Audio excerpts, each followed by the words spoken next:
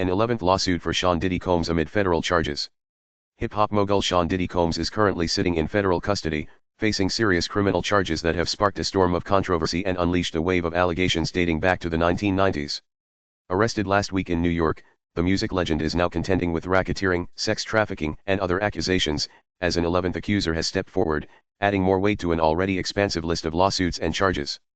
The latest lawsuit, filed by Thalia Graves, accuses Combs and his bodyguard of drugging, binding, and raping her in 2001.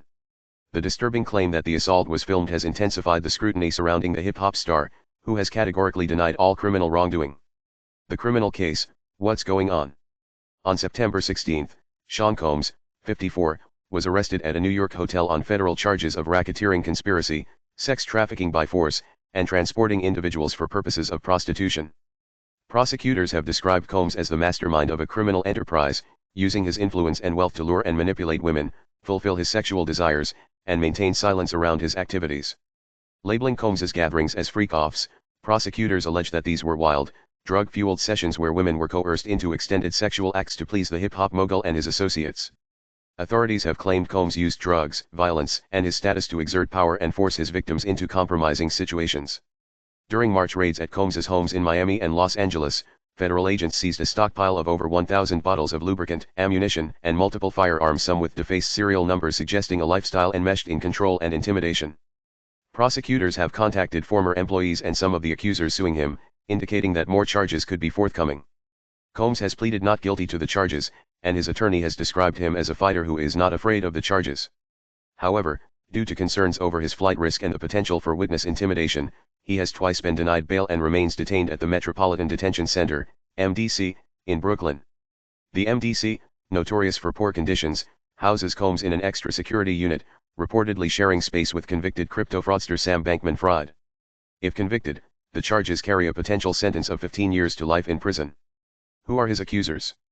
The cascade of allegations against Combs began with Cassie Ventura, his former girlfriend and a Bad Boy Records artist. In a lawsuit filed last November, Ventura accused Combs of trapping her in a decade-long cycle of abuse, violence, and sex trafficking. The lawsuit, which was settled just a day after being filed, sparked a movement that has seen a string of accusers come forward with their own claims. Surveillance footage obtained in May corroborated some of Ventura's allegations, showing a 2016 altercation where Combs assaulted Ventura in a hotel hallway. Combs later apologized publicly on social media, admitting his behavior was inexcusable. From there, the allegations mounted. Joy Dickerson-Neal, inspired by Ventura's courage, accused Combs of drugging and raping her as a Syracuse University student in 1991. She also claimed he recorded the assault as a form of revenge porn. Liza Gardner alleged that Combs and R&B singer Aaron Hall forced her into sex when she was 16 and that Combs later choked her into unconsciousness. Combs's lawyer slammed the lawsuit as bogus. Jane Doe, under New York's Adult Survivors Act, claimed Combs, former Bad Boy Records president Harve Pierre, and another individual gang raped her at a New York City studio when she was just 17 years old. Rodney Lil Rod Jones, a producer and videographer for Combs's most recent album, accused him of running an illegal racketeering enterprise. Jones claimed he was forced to procure drugs, solicit sex workers, and film sexual acts, alleging that Combs and actor Cuba Gooding Jr. groped him without consent. Grace Omar Cake, a yacht worker, accused Combs and his son, Christian King Combs, of sexual assault while creating an environment of debauchery involving suspected sex workers and celebrities. Crystal McKinney alleged that she was drugged and sexually assaulted by Combs following a Men's Fashion Week event in 2003 and was subsequently blackballed from the modeling industry. April Lamprose, a former student of New York's Fashion Institute of Technology, accused Combs of 4 separate terrifying sexual encounters spanning the early 2000s. Audria English, a former adult film actress, claims Combs exploited her as a sexual pawn for the benefit of his associates and high-profile guests at his notorious white parties. Don Richards, once a member of 2 Combs-assembled groups, including Donity Kane, reported witnessing his violent behavior towards Ventura firsthand and faced threats when she tried to intervene. Thalia Graves, the 11th accuser, represented by celebrity attorney Gloria Allred, alleges that in 2001, Combs and his bodyguard Joseph Sherman sedated her, tied her up, and filmed themselves raping her, later distributing the recording. Combs's representatives have staunchly denied the allegations, calling them financially motivated and labeling the lawsuits as baseless attempts to profit from the mogul's wealth. Combs's defense and public statements. Despite the deluge of allegations, Sean Combs remains firm in his denials. He has called the accusations sickening and insists that they are the work of individuals looking for a quick payday.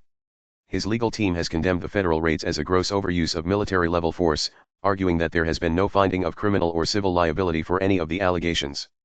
In response to the mounting lawsuits and charges, Combs stated, "Let me be absolutely clear, I did not do any of the awful things being alleged. I will fight for my name, my family, and for the truth." What's next for Sean Combs? As the lawsuits pile up and the federal charges loom, Combs faces a long, complex battle ahead. Both the civil and criminal cases could drag on for years, with his legal team preparing for a protracted fight. For the time being, Combs remains in federal custody, and his fate both legally and within the court of public opinion remains uncertain. As the saga continues to unfold, Combs' storied career and legacy as one of hip-hop's defining figures are under an intense spotlight, and the outcome of these legal battles could shape not just his future, but the broader conversation around power, abuse, and accountability in the music industry.